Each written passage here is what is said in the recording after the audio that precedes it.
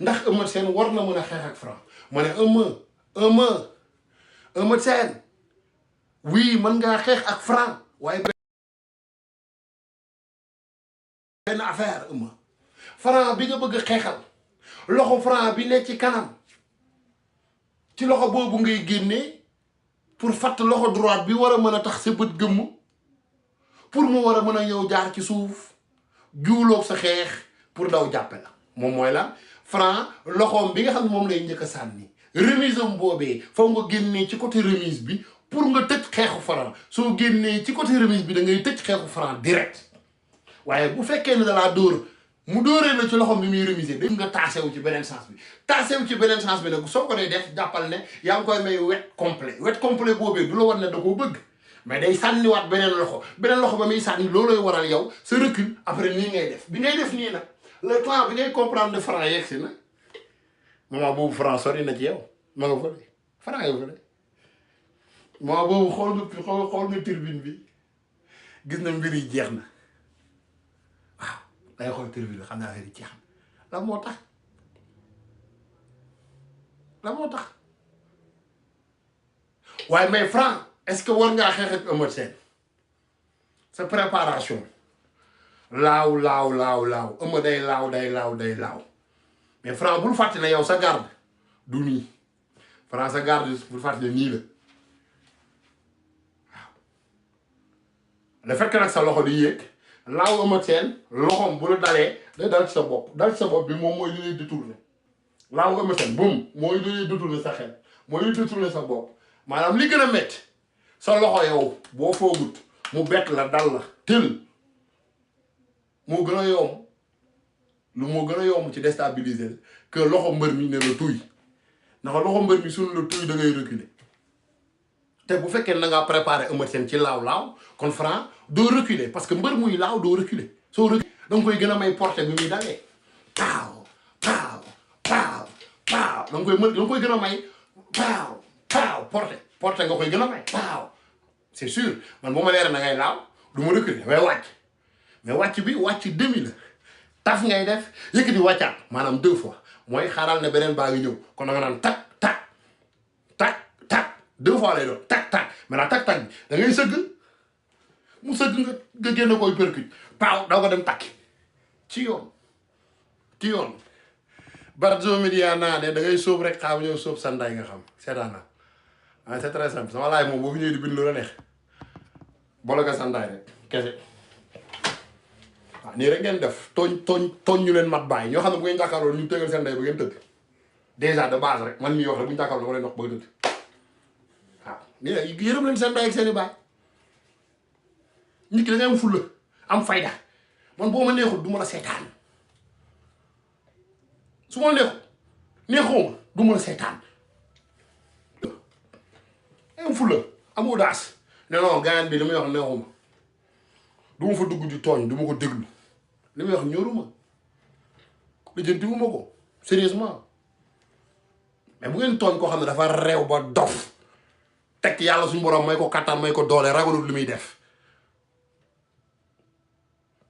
loolu boo ko dee def mooy lan mooy weer sa bopp yow yaa ngi bind man damay wax ñëpp di dégg te sa tur laay jaar ñaanal sa ndey bu baax yore moo sa ndey ak sa baay te leeroo ma sa ndey ak sa baay dañ may seetaan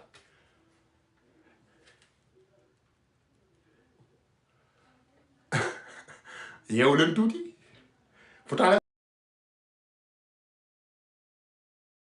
bu ngeen ma bàyyi damay def sama ligne de conduite de man du ma tooñ ligne de conduite ku ngeen gis ma tudd rek ñaanal ndeyam xamal leen ne moo ñëw sama live invité wu ma ko mu dugg tooñ ma waaw dee leen hydraté wu dee leen naan ndox di hydraté wu temps yi dafa tàng l'hydratation moom mooy meilleure chose bu sportif mën a def pour garder fraîcheur am hydraté wu leen dee leen hydraté wu surtout bu fekkee ne yéen a ngi naan li nga xam ne ni moom mooy ay créatine dafay soxla ngay naan ndox mu bëri di hydraté wu ndax lan rein yi bu ngeen di naan protéine bu ngeen koy naan faw ngeen di hydraté wu di naan dee leen di naan waaw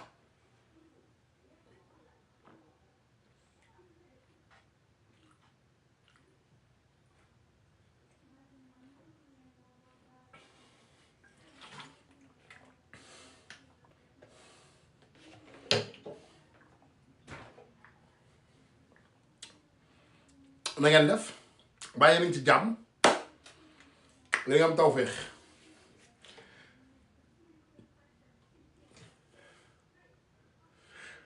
damay waxaat ne nañ leen revenir aat kon Franc Eumeu Sène bu waree xeexee ak ki nga xam ne ni moom mooy Franc faw mu comprendre ne faw mu teg pression Franc bloqué baa la war a def maanaam barrière en bas Eumeu Sène yaa war a xeex ci kaw Franc war a xeex bi nga war a xeex ci kaw Franc pour teg pression Franc jaay boppam ci bëre bi direct daw jëli say tànk par la force foofee teg ci da nga ciy teg braquage pour poids wu Franc wàcc ci suuf nga war ko mën a ëñ mu daanu nga war ko mën a biif mu daanu nga war ko mën a mbaar mu daanu Eumeu loolu bu fekkee da ngaa bëgg a daan Franc mais noonu nga ko mën a daanee Eumeu Sène Franc boo ko bëggee daan noonu nga ko war a mën a daanee wala ngeen séq mboot yéen ñaar nga njëkk koo jug parce que yaay gën a oyof mais réalité bi mooy Eumeu yaa war a taxaw teg Franc guerre taf bloqué baax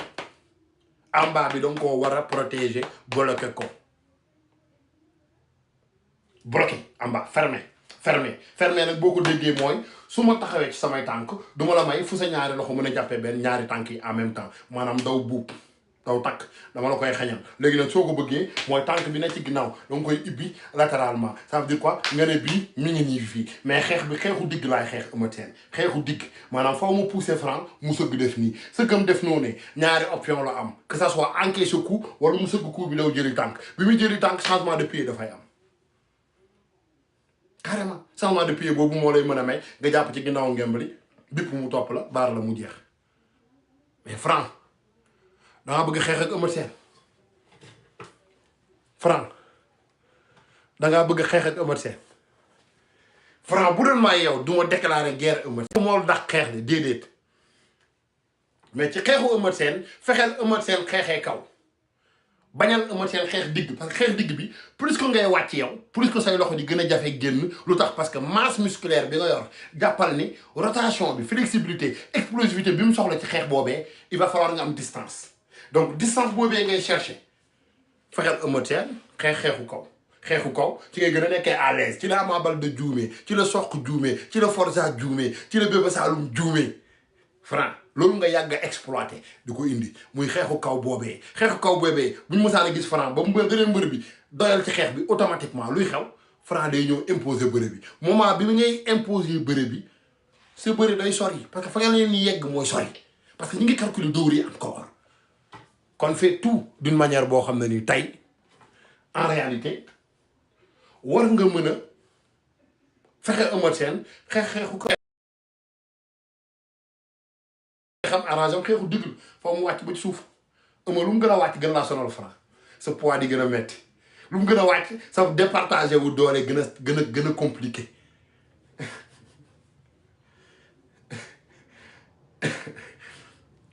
ça veut dire Eumeu Sène plus mu toog ci ay tànkam lu mu gën a wàcc Franc ngay gën a am problème ci say tànk parce que nag Eumeu Sène bu fekkee ne seetaan nañ ko ci bàkkoom yi tuusam yi nii mu tuus nii bu ngeen seetloo bu baax tuusa Eumeu Sène yi gëgëj mooy Eumeu Sène pare na pour wàcc ci suuf bëre la muy bëre ñaata temps la Eumeu Sène nekk ci suuf naan tëgëj jàpp ak ngemb xëcc def nii rotation utiliser mooy Eumeu Sène dafa dem ba entraîné ba wàññi poids bi mais dafa am lu ma seetlu ci man personnellement damay wax ne mënoon naa wàññi poids mais mënoon naa bañ a wàññi taille bi fii taille bi mënoon na koo bàyyi mu large tuuti bu ko defee loxo Franc yi bu ci jàppee day sori nii lay def day ibbeeku su ibbeekoo mooy day isolé doole maanaam fii kudd mi ngi jëm ci kaw doole du fa ne pour xëcc mais taille bi nga wàññi Eumeu Sène Franc bu loxoom duggee crochet def nii jàppam day yomb après su jàppee mën na dugal juste mepp ñetti baaraam mepp tëye doo yëngatu dootoo bouger di Eumeu Sène bu Franc amee ngemb ci ginnaaw tëye bu fekkee ne kudd yi defut nii mu def nii dootoo bouger ci te boo tegee tànk ci ginnaaw da ngay toog da ngay dëju bindu leen li may wax maa leen koy wax fii bindu leen sport laa leen tegal kese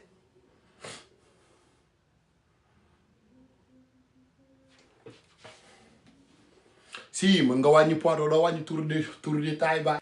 moom laa leen di wax bu ngeen xamee lan mooy ay pédialyte bu ngeen xamee lan mooy cut weight couper du poids ñu ne la ci ban côté nga bëgg couper du poids day am waa ji c'est que xam nga rek foofu nag nga nekk niveau professionnel pour comprendre man yàgg naa dem taxaw ci balance ñëw doon 100 kilos le lendemain ma ñëw doon 120 kilos xam lu muy laaj après cut weight la tudd hydraté nga ñëw hydraté wu teg xam nga pédialyte teg yi ci war am genre ñaari bouteilles yoo xam ne nii c'est des bouteilles d'énergie yoo xam ne da lay booster waat joxaat la nga soxla ah c'est ça gars yi bu Mopol taalee live nag Mopol de sama bàyyi ba bu taalee live dama faa war a dem lu sama yoon ci Mopol bu taal live sama yoon daa ne ci Mopol bu taal live fii kay ku mu neex taalal live mais Bakary moom bu taalee taal na très simple nee naa leen ba jamono di soppeeku dama leen koy waxaat léegi nii su ma taalee taal naa su ma waxagut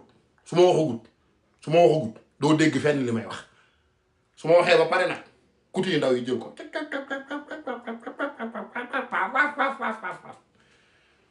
dama cee ne mu ci yooyu de xam-xam du pexe xam-xam du pexe xam-xam du pexe dama leen koy waxaat na leer kon tey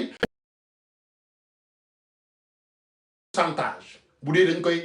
en fait sportif laay waxee su ma demee ci pourcentage dañuy ñëw maanaam ñu xool carrément daan ne Franc Eumeu Sène donc en tant que Bakary amateuru làmb pourcentage dama naan la waaye ay bay Franc moom day daan Eumeu Sène 70% direct dama la koy wax ne la Franc day daan Eumeu Sène 70% 100% loolu 70% la yoo xam ne ni Franc moo ko moom pour tër Eumeu Sène ci logique gu sport mais ci kaw Franc déterminer les menaces yi ci nekk parce que nag ñun bu ñu waxee ci sport gis Franc xam luy entraînement wu Franc ba pare xool ci logique sport dañ naan la Franc pourcentage 70% pour mu tër Eumeu Sène carrément 70% pour mu tër Eumeu Sène lan moo tax ñu ne la non logique gu làmb la ñuy wax logique sport logique sport la ñuy teg booy bi dafa bëgg confirmer booy bi duggoon na Pikine duggaat Pikine booy bi amagut défaite booy bi dafay inspiré ñëw yéeg ba ci kaw joteeg ñi ci mag maanaam ambition boobee meneur boobee ak support bi nga xam ne ni tey Parcelles am nañ ko ci ginnaaw Franc kon automatiquement bu ñu demee ci aspect confiance su Franc da nga gis Franc ni muy communiquer ni muy waxee da nga xam ne booy bi il a la confiance booy bi il porte ses couilles booy bi il s'assume kon dama naan 70% Franc day daan Eumeu Sène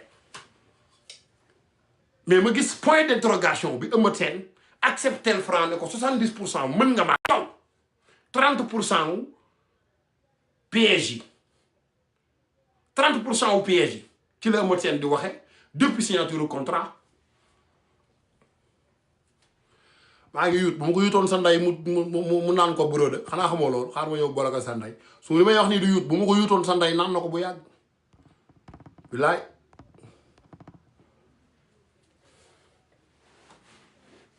mais léegi ma ñëw benn détail par détail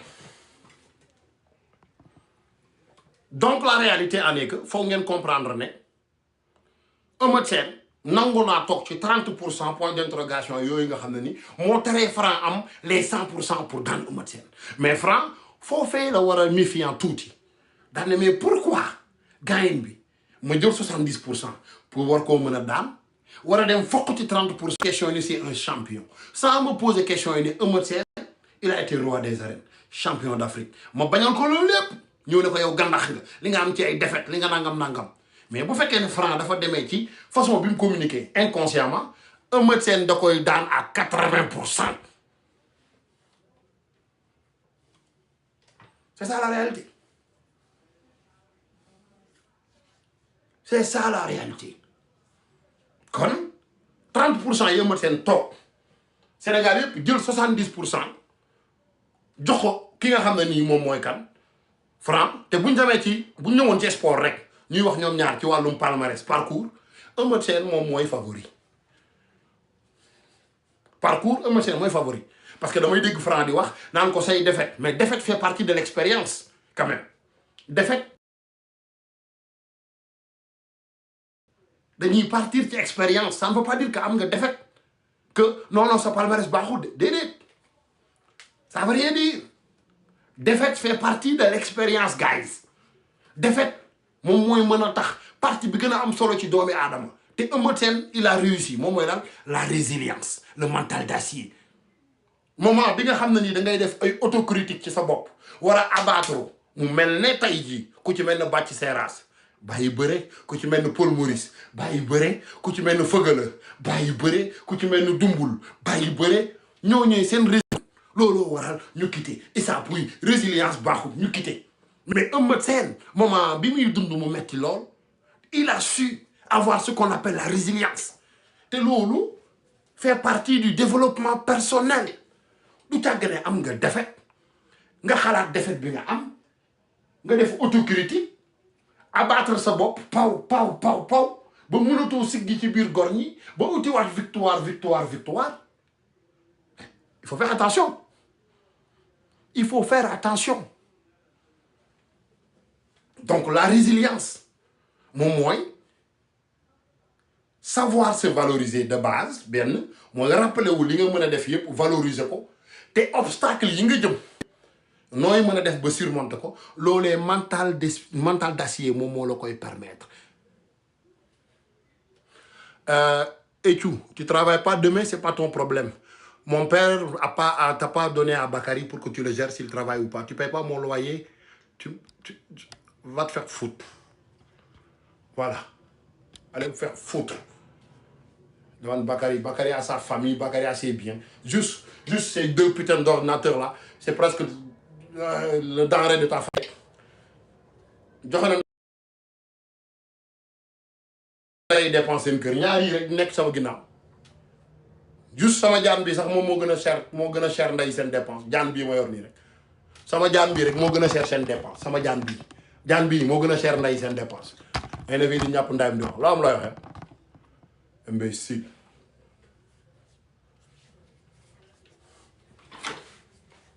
non bay fu rek colossar yi faw nga leen di répondre ñuy dégg léegi leen di wax daweram yow ba ñun ba ñuy yeewu di liggéey da ngaa liggéey nee naa la sama jaan bi rek nday yor na nday seen dépense bu kër gu ñaata weer imbécile yaay waxati yoon lijjanti mukk lu ci seen bunu nday bu bokk doomeram yi gars yi yow kaay la ñu waxtaan mais nag man dama mën a zembare man gars yi xam nga nag nee naa leen booy Grand Yoff la wax naa leen ko booy Grand Yoff la su ngeen yaakaaree ne yéen a ngi ci undu bi dëkk ci affaire yi ñun bañ koy def man Ibrahima Thialé ñoom Zarko ñun la woon cité millionnaire Senzala ay booy Grand Yoff lañ donc booy yaakaaree ne undu bi ngeen may tagal waxuma leen nag undu Sénégal ak undu Canada fii Amérique du Nord nga dajale ko mu ne ci yow nga boole kook arts martiaux boole kook jàng boole kook xam-xam leen dal leen waaw dal leen dal bagaas loo dégg yaa tooñ sa bopp maa ngi nii fu ngeen ma woo dama leen koy wuy maa ngi nii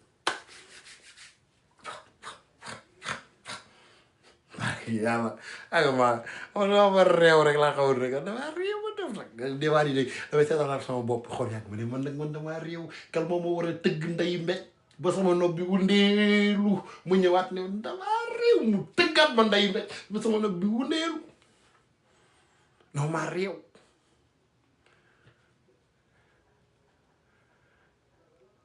fi ma ne woon baax na yaa ngi koy dégg fi ma ne woon daa baax voilà leen ko te na xoola kaama des fois da ngeen gis ay paa yu seytaane xoola dañuy ñëw ci sama live déglu ma saaga ñu ne non warul di saaga Bakary wa xool daal di génn live bi dem live fu Adamo deefa Californie deefa dem live fu Kocc deefa dana Bakary daa saaga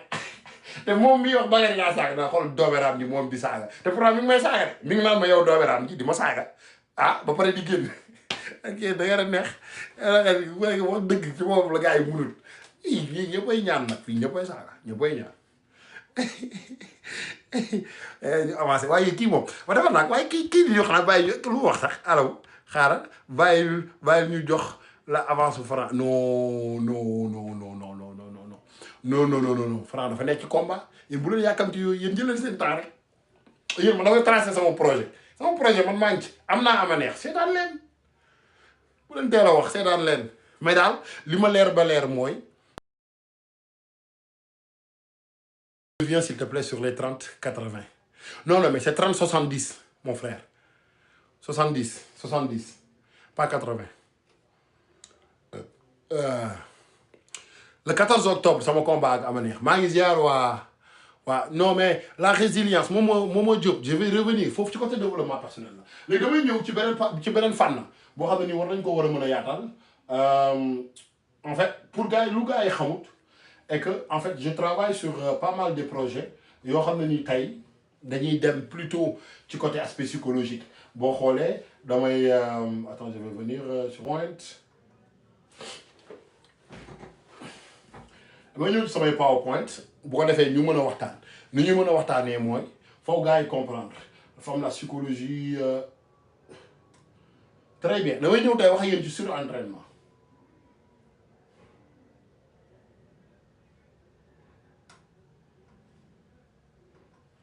damay ñëw wax ak yéen ci surentraînement ok ñu waxtaan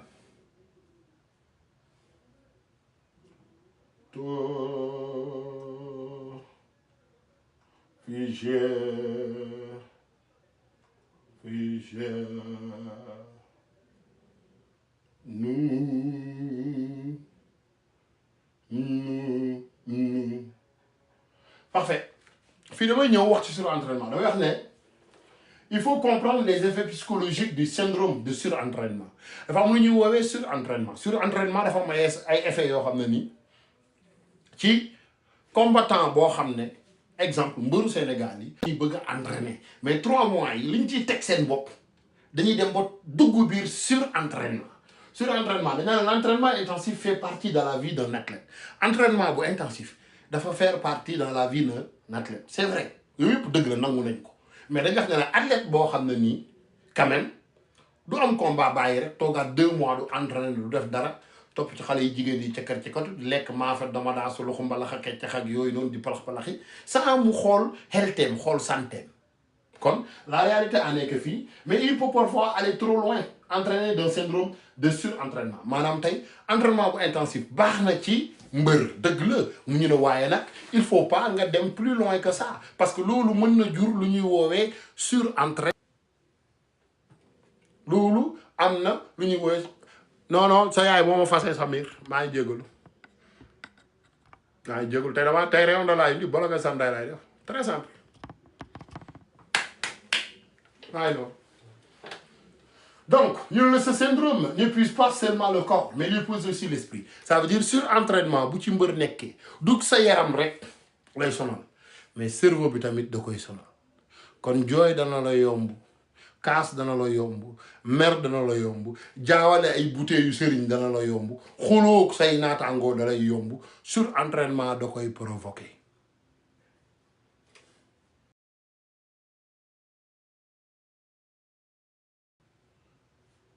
surentraînement da koy provoquer foog ngeen bàyyi ci xel. La réalité en est que su ma continuer ne un syndrome n'épuise pas seul le corps il s'épuise aussi l'esprit donc dans cet article nous concentrons sur les effets psychologiques du syndrome de surentraînement en explorant comme les faits de dépasser ses limites peut sérieusement affecter la santé mentale et les résultats de l'entraînement